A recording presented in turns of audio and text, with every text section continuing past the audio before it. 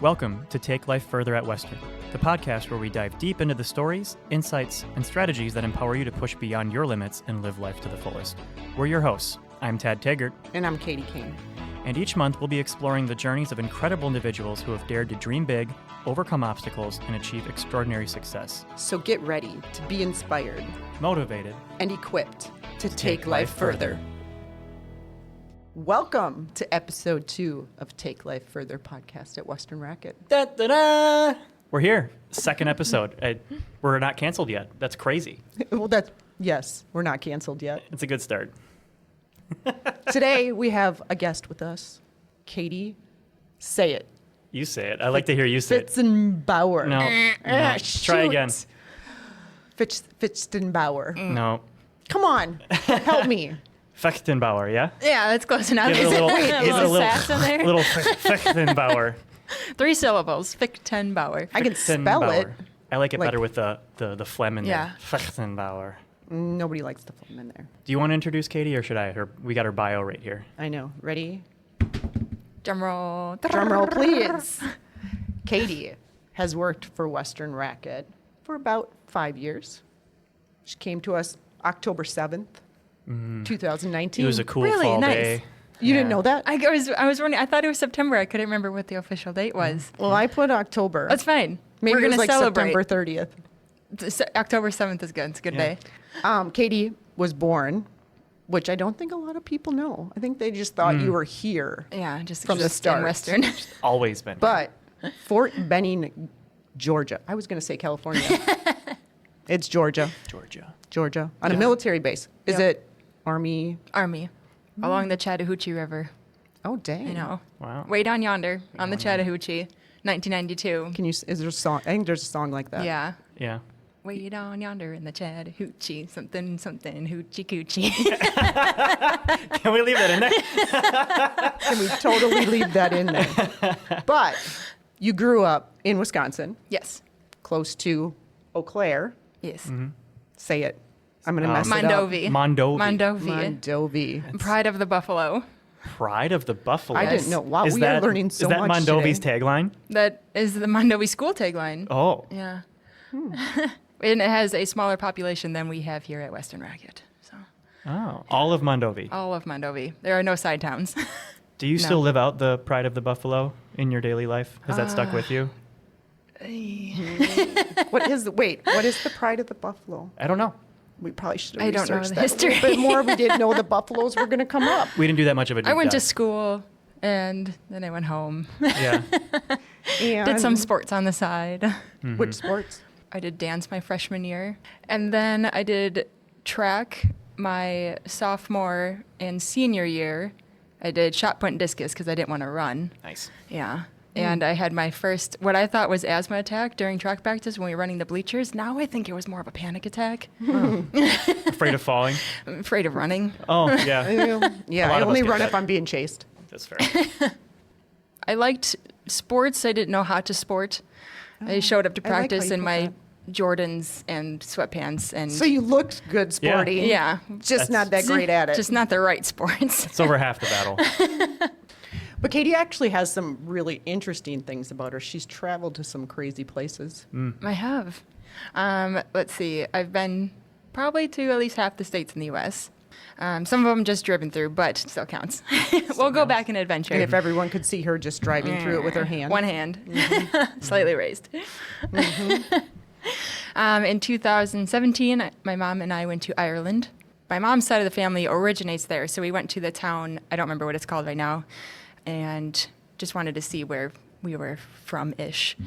So we flew into Dublin, went along the south end of the coast, up to the west side, and then to Galway, and then took a train back to Dublin, and we just brought our backpacks. We had somewhat of a plan, but we kind of backpacked, kind of had a plan, kind of winged it. Wunged it. Those are the best trips.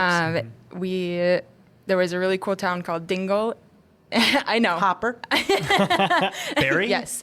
And it was like this coastal beach town, but that's not a beach. It was like Ireland and the open grass and the sheep. And we went So kind of like you would see on the movies. Yes, exactly like the movies. The love stories in Ireland. Yes. Yeah. And we went to a pub and we actually met people from Wisconsin. It's That- just home is that home, tracks. you I know? feel like That tracks. Wisconsin's everywhere. It is. I went all the way to Ireland to find a pub. I'm right at home. That had all the people from Wisconsin in it. And I asked for a spotted cow.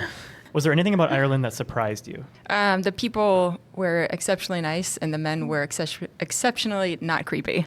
Hey, that's, Yes. that's pretty great. It was Is it- really, I don't know Is if that it's because of the red hair?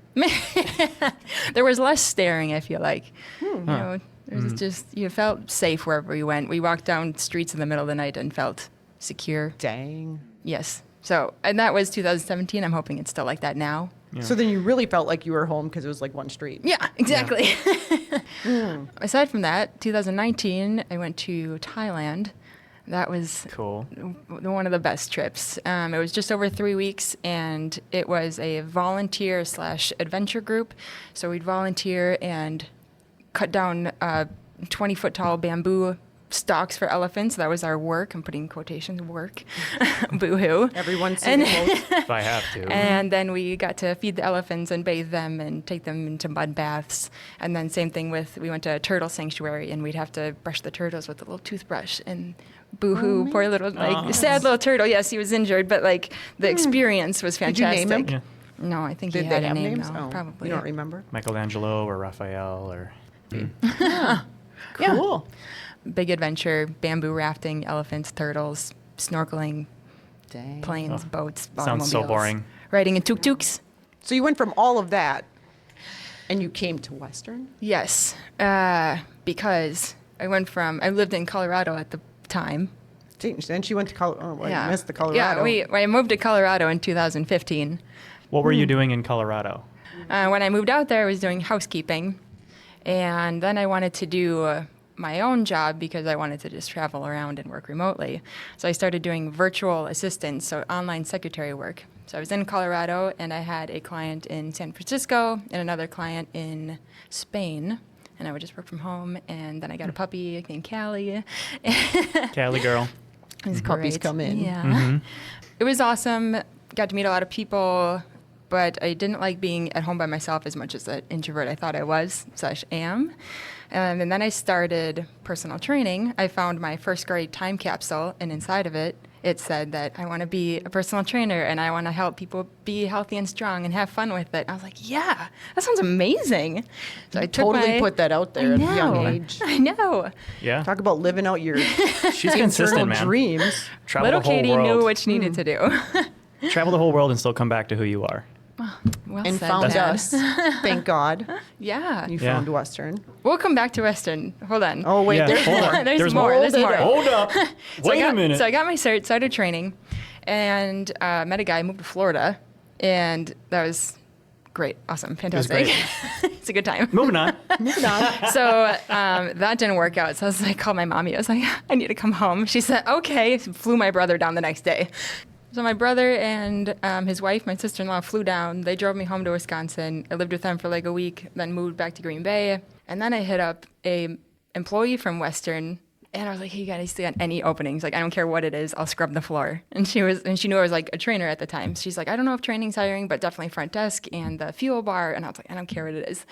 Just get me Just in. get me in that building, because I was a member here in 2013 into 15 before I left. And I just remember this being the most amazing place. There's something about it. I didn't know too much about fitness. I was fit. I remember walking on a treadmill one day, and I saw Carrie Merrill, and I was like, those arms. And people still say it to this day. Yep. Those arms. Those arms. Yep. Who knew they'd bring so many people here? I know. Carrie's I didn't know who arms. she was, but I was like, that girl, she rocks. Carrie's arms should get commission She on should. memberships. Carrie will be on the podcast in a coming episode, so stay tuned more on who Carrie is and what she does. And the arms. And the arms, and her arms will be on the podcast too. You'll be able to see them. You'll be able to hear them. You will hear them through the mics. I don't know how that works, but you will. Yeah, Like that. Like that. Just flexing through the mic. But yeah, I don't think you can totally capture it in a sentence or two. So we'll let Carrie speak for herself when she's on, but she's a pretty incredible person. So, Okay, so back to you. So came in for my interview, got the job, and started part-time with personal training and part-time at the front desk and part-time at the fuel bar. and probably some other things. And I just remember filling up my schedule, and I was like, this is great. Like, this is the only place I want to be. I remember at one point, never did, but I was going to ask Mary if I could just bring my dog. And I was like, I'd never have to go. Just give me an office. So many people that have asked that. Yeah.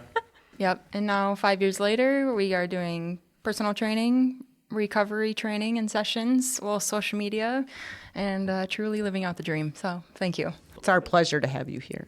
It's amazing. It's been so amazing to watch you from the start to here, and just the places that you've gone and the people that you've touched within Western. It's amazing. Which kind of brings us to what this episode is going to kind of focus on.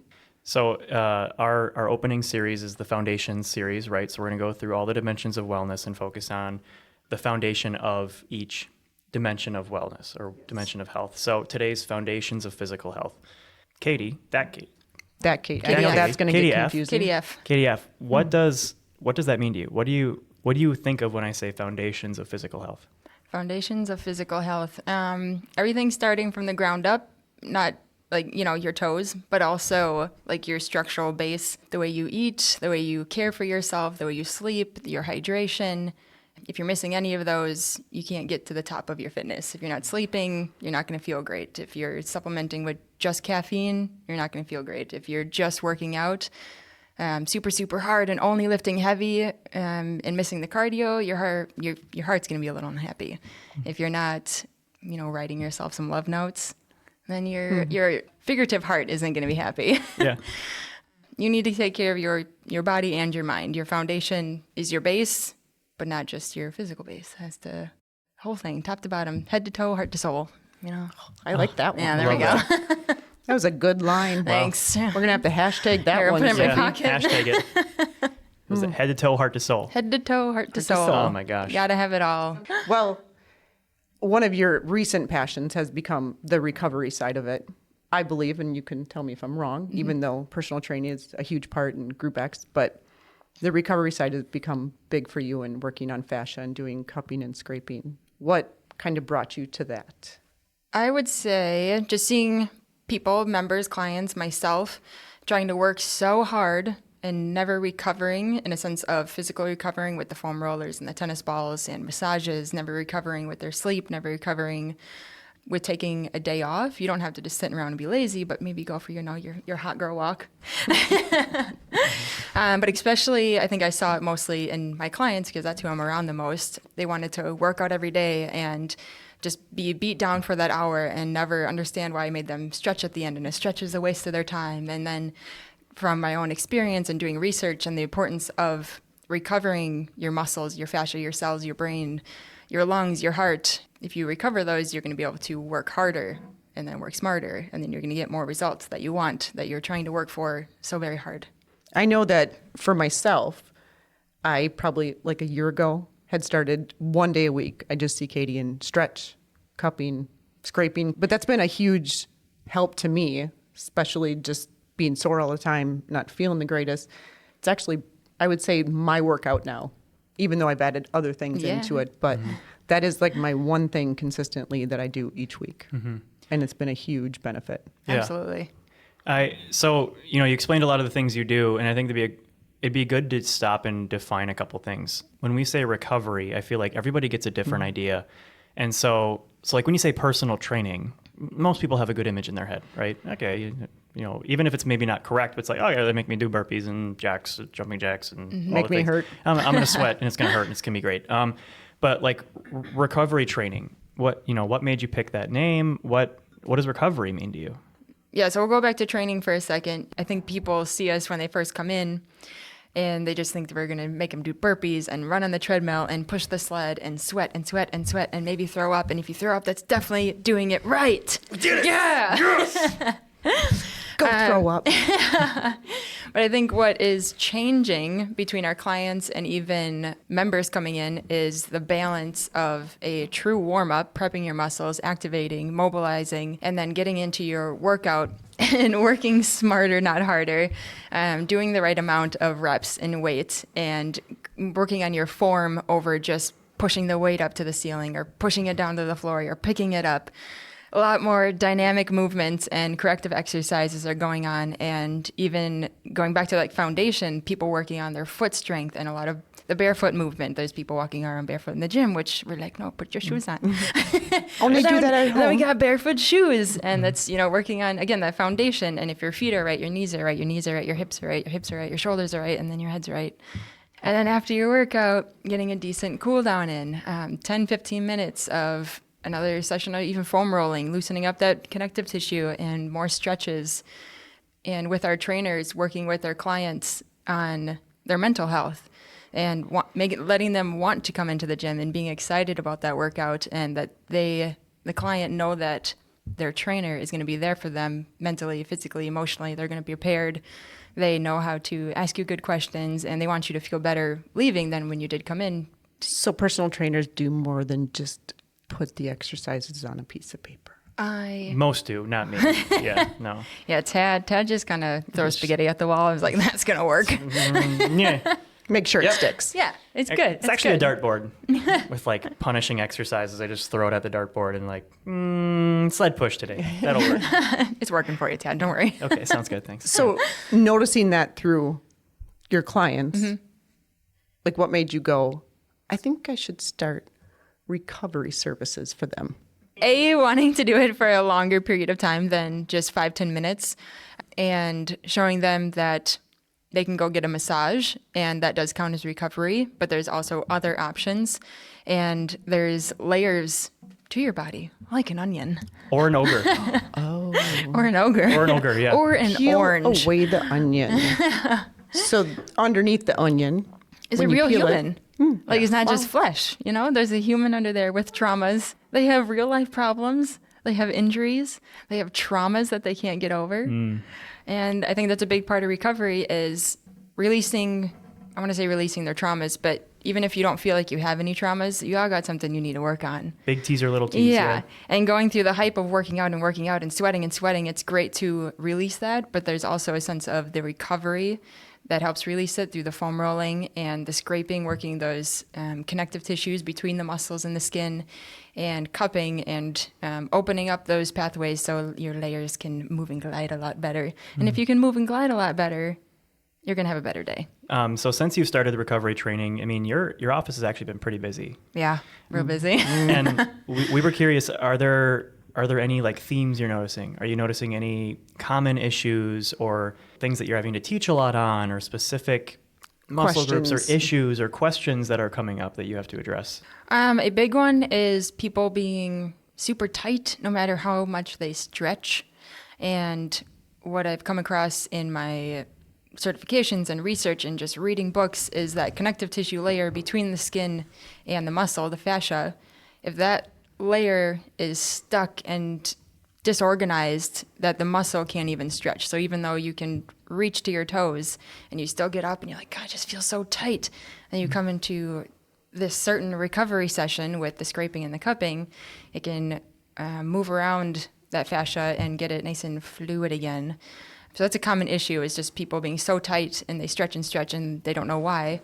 So releasing that fascia, I've been seeing it more with women and like holding onto emotions, whether they're 20, 30, 40, 50, 60, and they've had kids or they've not had kids, and they hold their trauma up in their shoulders and they don't know how to relax, or they don't think they're worth relaxing. They can't go get a massage because they're wasting time. They can't go to training because they need to take care of this, take care of that. But showing them that they can come into a recovery session for even 30 minutes. Let me just scrapey, cuppy a little bit. Release the tension. So recover, release, and renew, refuel. It's all over this place. It is. And I don't think a lot of people realize too, if you're not releasing some of that tension in your fascia, it actually can lead to more injuries than if you just sit and try to stretch it. Yes. Yes. Well, hold up. What is the fascia again? Can you give me maybe Can I give you can I explain a picture to you? Please. The orange? Explain the picture to me. Okay. So Like an orange? An orange. Okay, so fascia, that's the word we're working on. Connective tissue between all over the place, but we're going to focus on between your muscles and your skin. So imagine an orange.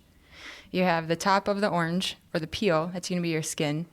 And then you peel that skin or that layer back, and you have your orange slices. So that's going to be your muscle. All that white fibrous stuff that you throw in the trash, that's your fascia. If that's not there, So people are throwing their fascia away in the they trash. Such a did. shame. They did. In science, like the science of fascia is pretty new. And in the past, when they were, cutting people open after they died, whatever that's They called, really just threw it away? they legit threw it in the trash. Like, just went out with, like, the garbage? They were like, nah, we got the skin, we We'll got ask the that muscle, later. we got the organs. And now they're like, wait, this connective tissue has a story. And it has a big story. Without the connective tissue, so imagine that orange again. So all that white fibrous stuff. So you have it in between the layer of the top of the orange and the meaty part of the orange, the slice. And if you think about that orange, that skin goes all the way through it. So you have the big slice of the orange, and then you have those little tiny slices of the orange, and it's all coated in fascia. So if something happens to the top layer, like say you get punched in the arm, those it goes all the way through, and you can have trauma deep within, not just on the layer. So imagine a abusive relationship, and I don't know if we can talk about this here, but Everything's fair game. Let's go. Go. Go. a traumatic relationship, an abusive relationship, and they're getting injured, and yeah, the bruises go away, but deep down, beyond the mental part of it, deep down in the layers of your skin and your muscles, like that trauma is still there. What's happening to the fascia then? What's going on in a case like that, or in general, like when you've got even like muscular damage, or Yeah. somebody punched you in the arm, like what happens to the fascia? It stiffens up, and so let's go back to another image. Let's go your Achilles tendon, okay? So it's where your Achilles is, right above the heel, the ankle. So it's supposed to be long, it's supposed to be springy, it's supposed to be stretchy, it's supposed to be nice and bouncy. If that is, say your calves are really tight and that can't move, it can't stretch, it can't pull, it can't stretch, it can't pull, and it just gets shorter and shorter and shorter, and then someone goes to jump and it just snaps. And then It's like a slinky. or like a really dry rubber band. Imagine okay. pulling on a rubber band so yep. much, and then you let it kind of just sit there for a really long time, like a year, Yeah. and it's It snaps. Yes. Dries out. Yes, dries out. So if you're not taking care of that, if you're not keeping it springy, keeping it bouncy, keeping it recovered, keeping it hydrated for one, keeping the nutrients going to it. Hydrated, drink your water. Right there. I do not want my Achilles to snap. No, thank you. Right? Nobody does. That's awful. Okay, so we've said a lot of words, but what I want to say is fascia has a lot of stories. It's on many layers of your body. It's in your bones, in your muscles, in your organs. It's in your brain. It's under your skin. It can hold emotional trauma. It can hold physical trauma. It can get too stiff and dry out and snap. It can get perfectly stiff and jump really high. It can get too long and it doesn't bounce at all. And that's what we're working on in the recovery room is the fascia. And that's where you come in. Yeah. People don't know what they're doing, right? Yes. They feel like they can't, not fix something, but heal something. Don't just sit and stretch it. There might be something more that's going on. Right, with it. Right. And there's cases where you want, like the Achilles, you want that to be springy and stretchy. Or think of like a quarterback. We have fascia bands that go from your left foot all the way through your core into your right arm. So like across the body. So he wants that snap. Or she. There's girl quarterback somewhere. Yes. Of course. It's like football. Yes. So they want that snap. So you don't want to overstretch that. If you're a sprinter, you don't want to overstretch your Achilles. But if you're doing yoga, that's your sport and that's what you're going to do, yes, that needs to be nice and long. You want the right amount of stretchy, the right amount of... Yes. The good amount of balance.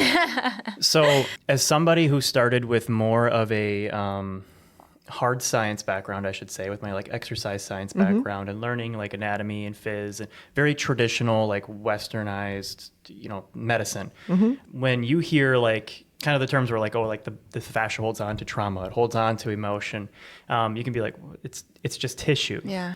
But I guess in a more literal sense, you can think about kind of the examples you already gave, people holding their muscles that are tight, right? When they're stressed, tension headaches. I think a lot of people can resonate with that. And when you start to realize, oh, well, yeah, of course, if I'm stressed, I'm going to hold tension somewhere and the nerves run somewhere. Well, what are the nerves also running through? They're running through the fascia, right? Yes. This is around all the muscles. Yes. But so that's, I think something to take for granted is that your body, you know, the fascia is innervated, the muscles are innervated, and where does it all go? Where's the command center? It's the brain. That's where everything sits. So like it totally makes sense, right?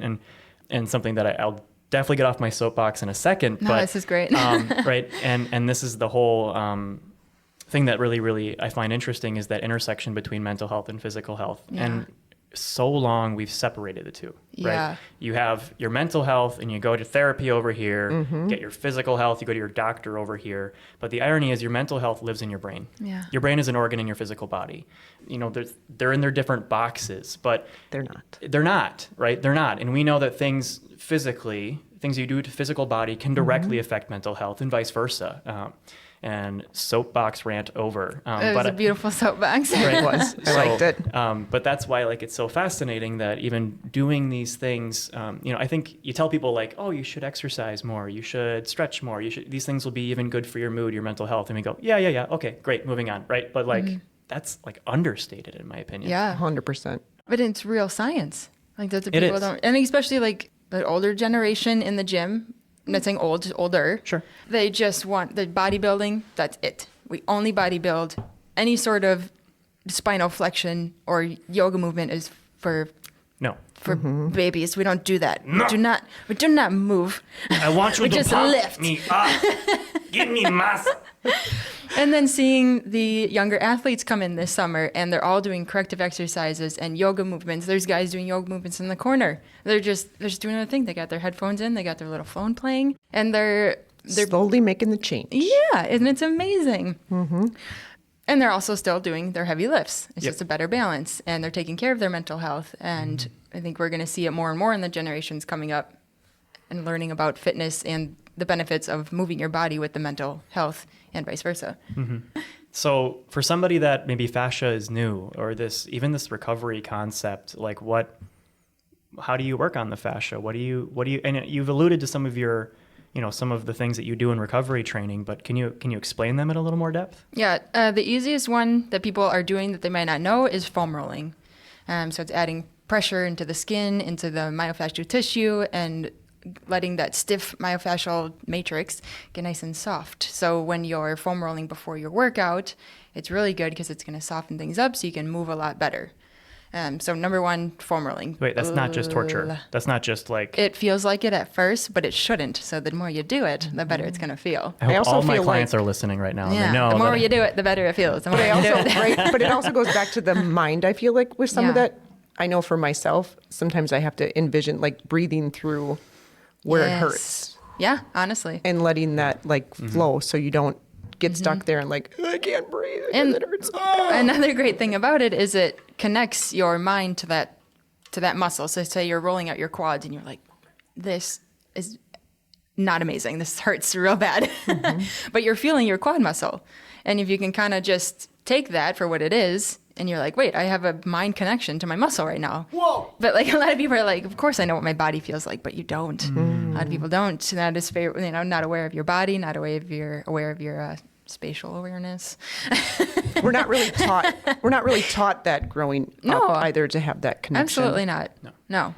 And a lot of male and female, like, I think it's projected that it's not okay. You can't feel your body. We are telling you it is okay. It's okay. Do the foam rolling. Tad, it's okay. No. Okay. He's Okay, fine. thank you. Thank you. So foam rolling, Foam rolling. easiest way. You're probably already doing it.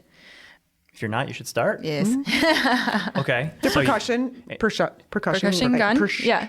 Percussion guns are Yes. good ones. like a Absolutely, massage yeah. gun. Yeah. Yes. Which, yeah, you can use them on yourselves. Your trainers might use them. Just use them carefully, not over any bony parts. Those are for our muscles and our myofascial tissues. Stay away from the spine. Please. Or to go. Just don't overdo it. Yeah. Just don't overdo it. Yeah. Yeah. What else do you do in the recovery training office, and why? We focus on scraping. So it's this metal tool. It sounds scary, but it's not. It's not. So imagine on your quad again, and you're going to scraping over, up and down, getting heat to the area and breaking up those tissues. If you know what it is and you are an athlete and your athletic trainer did it to you, you probably bruised that's not what we're doing in this room. I remember that there is a body under the skin, and that's not what we're here for.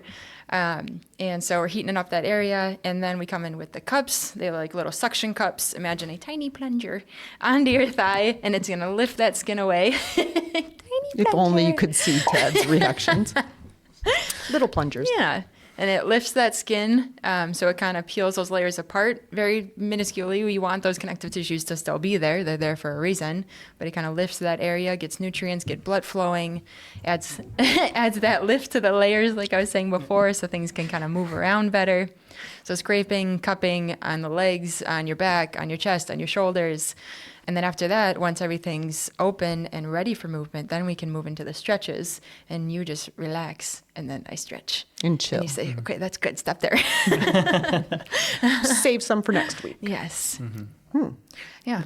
I don't think everyone realizes when you say stretching, cupping, right? They go, what are you going to do to me? Sounds Not like a piece of, torture. yes. What kind of information are you trying to get out of me? I'll tell you. I'll tell you. Don't have to torture me for it. No, it shouldn't be torture. It should, mentally, I want you to come in and it feels like a massage. Like you're just relaxing. Sometimes we chit chat. Sometimes you're just like, stop talking. And I just want to close my eyes. That's fine. You do that. You can tell me that. Yes. I want you to relax. And I promise it's not torture. Even if the tools look like torture, it's not. I love it. Well, I love hearing all that. I think, right, I do it once a week, so I'm obviously a big advocate of it. But I know a lot of people, it's still new to them and scary. So thank you for sharing all that. If somebody wants to sprinkle in fascial work, whether it's with you or on their own, like the foam rolling, like how often, how long, like...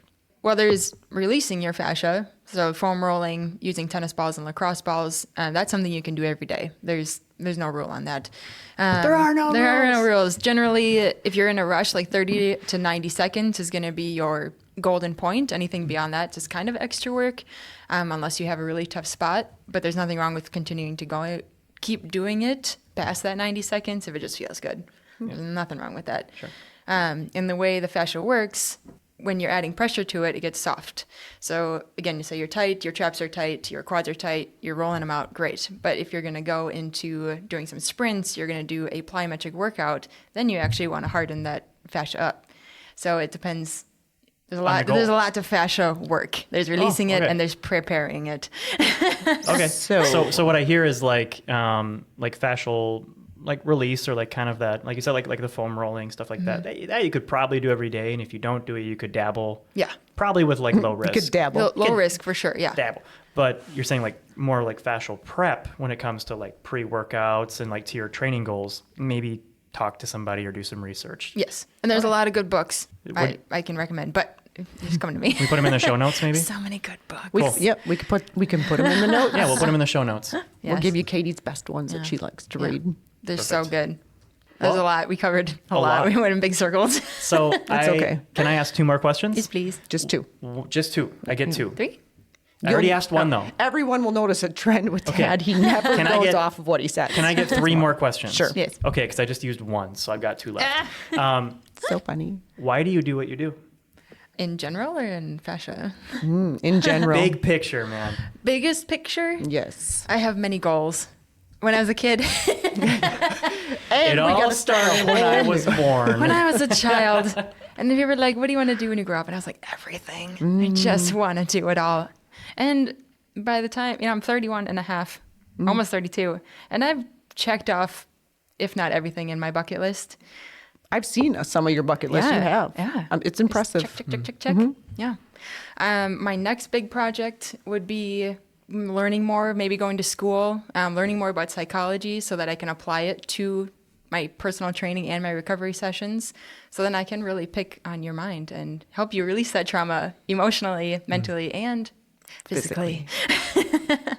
Why do I do what I do? That didn't really answer the question, though. I mean, it kind of did. Kinda. I don't know how this will sound coming out, but Go for it. because no matter what I've experienced in my life, I've always been a genuinely happy person. And I've always thought if I could just bottle up the way I feel and just give it to people, just here, sip this. Here's, have a sip. I thought that would be amazing. So What every could we day- call it? We'll come Find a up with good that name. and put This that in sounds the notes marketable. too. KT Swizzle Sparkle. No, it Oh. doesn't. Oh, Write that down. Write that down. that's going to go in the notes. But Drug-free. we'll include the link when we actually start mass producing. Yes. So watch for But- that in about Yeah. 5 years. Yes. Yeah. But if you could bottle, you're saying you could bottle that. Yeah. And that's But the goal. The feeling I would want to bottle up is just joy for life, appreciating your body, being in tune with yourself, having goals, waking up with a purpose, even if you have to psych yourself into that purpose for years. I spent a good year of my life. A friend and I would text each other every morning saying 10 things we were grateful for. And when they say fake it till you make it, it's true. But someday you will actually make it. And then you're like, wow, I'm grateful for this microphone, grateful for Tad, grateful for Katie, grateful for my iPad. Shucks. And it's real. Like it's maybe it sounds phony and woo woo, but like it's real. And It's it not. brings a lot of joy into your life if you can just accept everything for what it is, but also see everything greater than that it is. Yeah. There was lots of quotes today. A lot of t-shirts we're going to have to make. Dang. I'll get to work on that in 2 years. Awesome. Well, and then I had one more question. Oh, shoot. I forgot he had 3. I always want all the things, and Okay, you know this. go. You can have it all. If people want to find you because they want to learn more from you, they're drinking the Kool-Aid, man. So much Kool-Aid. They want the KT. What was that? How did it go? The bottle. KT Swizzle. So if people are looking for that, where do they find you? In Western, where do they find you on socials? How do people find you? Definitely at Western. I'm here Monday through Friday, approximately 6 a.m. to 4 p.m., give or take. And weekends I'm out in the woods. Don't bother me then. If you see a reel or a post or something fun on our social media, it's Katie. It's me. So you Yep. can just message her through there. Yes. Or on my own social media, mindfulness.athletics. So that was your 3 Awesome. questions. Those are my 3 questions. Genie's up.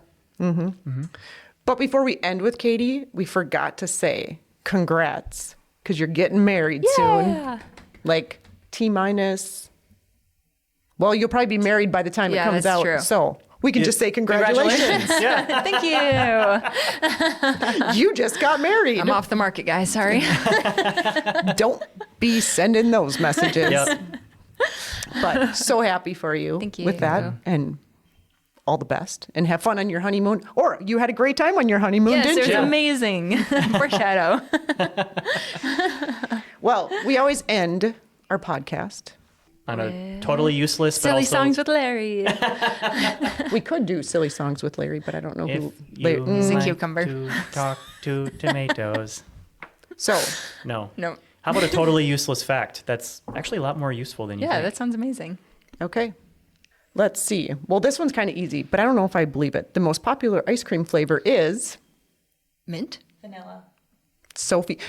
Vanilla. You know, so if there's a show out there that has anything to do with all the knowledge in the world, can you please contact us so Sophie can get on it? Vanilla. Because she literally knows all the This is true. stuff. Well, thank you. Thanks you. for being on the show. Yeah. Thank you for It was having me. awesome. So coming up, So we will coming up- have a celebration of our 50th anniversary, which will be super fun, and we will have Carrie Merrill, the famed Carrie Merrill with the the arms. unforgettable arms. Yeah. Which we On talked the about show. earlier. So stay tuned for some really exciting episodes It coming. is. And help us celebrate 50 years in business. Yeah. Hello. So excited for that. Whoop, whoop. So, All right. well, thank That's a you. wrap. And it's a wrap. All right, hands in. Go Ducks. Woo! Wait. Thanks, so. Go to. Go Ducks.